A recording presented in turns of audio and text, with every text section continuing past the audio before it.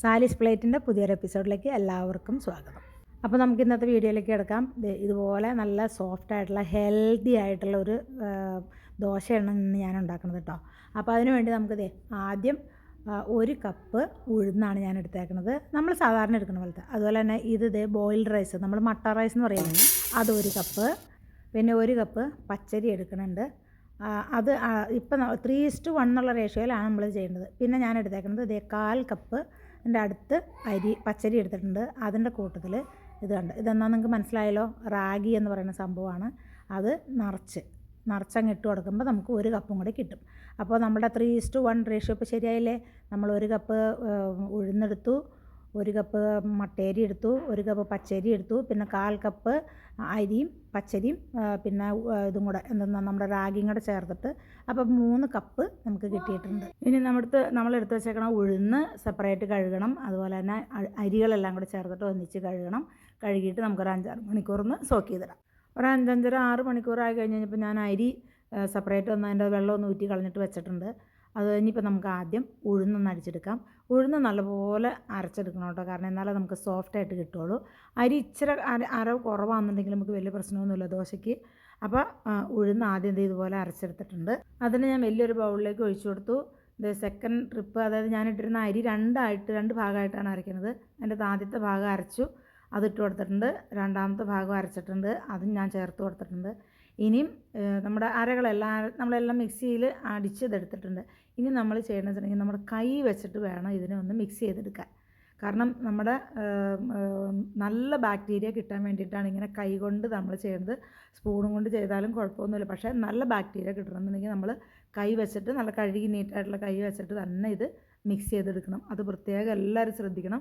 അത് നിങ്ങൾക്ക് പറ്റുമെന്നുണ്ടെങ്കിൽ ഒരു 1-2 മിനിറ്റ് വരെ കൈ കൊണ്ട് നല്ലപോലെ മിക്സ് ചെയ്ത് കൊടുക്കണം. പിന്നെ ഇതിൻ്റെ ബാറ്ററിൻ്റെ ഇത് കണ്ടോ, കൺസിസ്റ്റൻസി കണ്ടോ, ഇത് ദോശയ്ക്ക് ആയതുകൊണ്ടാണ് ഇങ്ങനെ ലൂസായിട്ട് എടുത്തേക്കുന്നത്. ഇഡ്ഡലിക്ക് ആണെന്നുണ്ടെന്നുണ്ടെങ്കിൽ വെള്ളം കുറച്ചിട്ട് തിക്കായിട്ട് അരച്ചെടുക്കണം.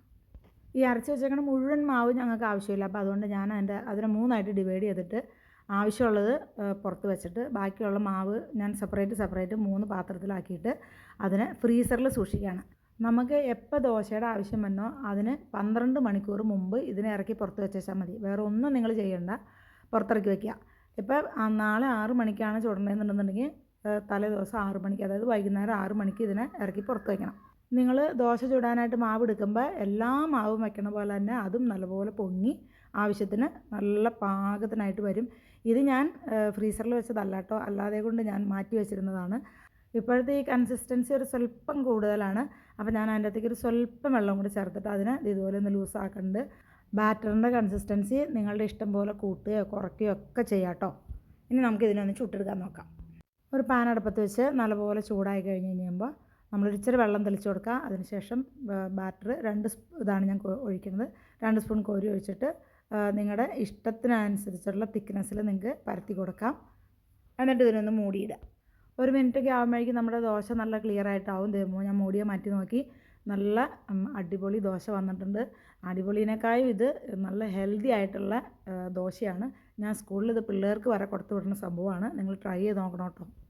ഇനി ഞാൻ നിങ്ങളെ കാണിക്കാൻ വേണ്ടിയിട്ട് ഞാൻ ഫ്രീസറിൽ വെച്ചിരുന്ന മാവ് ഇത് കണ്ടാലോ, നിങ്ങൾ തട്ടി നോക്കിയോ. ഇതുപോലെയുള്ള മാവിനെ ഞാനിത് പുറത്തിറക്കി വെച്ചു. ഇതിന് ഞാൻ കാണിച്ചു തരാം എങ്ങനെ ചുടണമെന്ന്. ഇത് നല്ല ചൂട് കിട്ടണം കേട്ടോ. അതായത് തണുപ്പുള്ള രാജ്യങ്ങളിലാണെന്നുണ്ടെങ്കിൽ നിങ്ങൾ മൈക്രോവേവിലോ അല്ലെങ്കിൽ ചൂട് കിട്ടുന്ന ഒരു സ്ഥലത്തേക്ക് മാറ്റുകയാണെന്നുണ്ടെങ്കിൽ കുറച്ചും കൂടി നല്ലതായിട്ട് നിങ്ങൾക്ക് കിട്ടും. അതിനുശേഷം ഇതിൻ്റെ അകത്തേക്ക് ആവശ്യത്തിന് ഉപ്പ് ചേർത്ത് കൊടുക്കുക. ഇതിനൊന്ന് ഇളക്കുക. ഇതിൻ്റെയും നേരത്തെ വെച്ചേക്കണ മാവിൻ്റെ സെയിം ഇതല്ലേ, അപ്പോൾ അതുകൊണ്ട് ആ ബാറ്ററിൻ്റെ പോലെ തന്നെ ഇതും അയക്കാണ്. ഇതിൻ്റെ കണ്ടോ, ഇതിൻ്റെ ആ റാഗിയുടെയൊക്കെ പൊടി മീതെ കിടക്കണ നോക്കിയാൽ നല്ല ചുമന്ന കളറിൽ.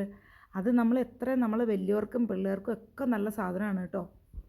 ഇനിയിപ്പോൾ ഇത് ഫ്രീസറിൽ സൂക്ഷിച്ചു എന്ന് ഓർത്തിച്ച് ഇതിന് സോഫ്റ്റ്നെസ് കുറയോ അല്ലെന്നുണ്ടെങ്കിൽ ടേസ്റ്റ് കുറയോ ഒന്നുമില്ല കേട്ടോ. നമ്മുടെ ജോലി ഭാരം കുറയ്ക്കാനായിട്ട് നല്ലതാണ്. അതുപോലെ തന്നെ ജോലിക്കൊക്കെ പോണവർക്ക് എപ്പോഴും മിക്സിയിലിട്ട് അടിക്കേണ്ട ആവശ്യമൊന്നുമില്ല. ഇത് കുറച്ചിങ്ങനെ അടിച്ചെടുത്ത് വയ്ക്കുകയാണെന്നുണ്ടെങ്കിൽ ഇതുപോലെ നിങ്ങൾ ഇറക്കി വയ്ക്കുകയാണെങ്കിൽ നിങ്ങളുടെ ആവശ്യത്തിന് നിങ്ങൾക്ക് ചുട്ടെടുക്കാനായിട്ട് പറ്റും. അപ്പോൾ ഒരു ദോശ ഉണ്ടാക്കി, നല്ല ഹെൽത്തി ആയിട്ടുള്ളൊരു ദോശ. പിന്നെ അതുപോലെ തന്നെ ഇത് ഉണ്ടാക്കി ഫ്രീസറിൽ വെക്കുക എന്നുള്ളത് നല്ലൊരു ടിപ്പാണ്. എല്ലാവരും തന്നെ ഇത് ഉണ്ടാക്കി നോക്കുക. ഇനിയും നിങ്ങളുടെ കയ്യിൽ നെയ്യോ അല്ലെങ്കിൽ വെളിച്ചെണ്ണ എന്തെങ്കിലും ഉണ്ടെങ്കിൽ ഇത് മീതെ ഇച്ചിരി ഒന്ന് തടവി കൊടുത്തിട്ടുണ്ടെങ്കിൽ ഒരു കറി ഇല്ലാതെ കൊണ്ട് തന്നെ നിങ്ങൾക്കിത് കഴിക്കാനായിട്ട് ചൂടോടുകൂടി കഴിച്ചാൽ നല്ല അടിപൊളിയാണ് കേട്ടോ. നമുക്ക് ഹെൽത്തിനും നല്ലതാണ്, വലിയവർക്കും ചെറിയവർക്കും എല്ലാവർക്കും. പിന്നെ നിങ്ങൾ കണ്ടുവച്ചിരിക്കുന്നതിൽ ആരെങ്കിലും എന്നെ സബ്സ്ക്രൈബ് ചെയ്യാത്തവരുണ്ടെങ്കിൽ പ്ലീസ് ദയവ് ചെയ്ത് എന്നെ ഒന്ന് സബ്സ്ക്രൈബ് ചെയ്ത് സപ്പോർട്ട് ചെയ്യണേ. അതുപോലെ തന്നെ മറ്റുള്ളവർക്കുമായിട്ടൊന്ന് ഷെയർ ചെയ്തൊക്കെ കൊടുക്കണതും നല്ലതായിരിക്കും കേട്ടോ. അപ്പോൾ അടുത്തൊരു നല്ല വീഡിയോയുമായിട്ട് കാണുന്നതുവരേക്കും നമ്മൾക്കൊരു ബബായ് പറയാം. Bye bye from Sali's plate.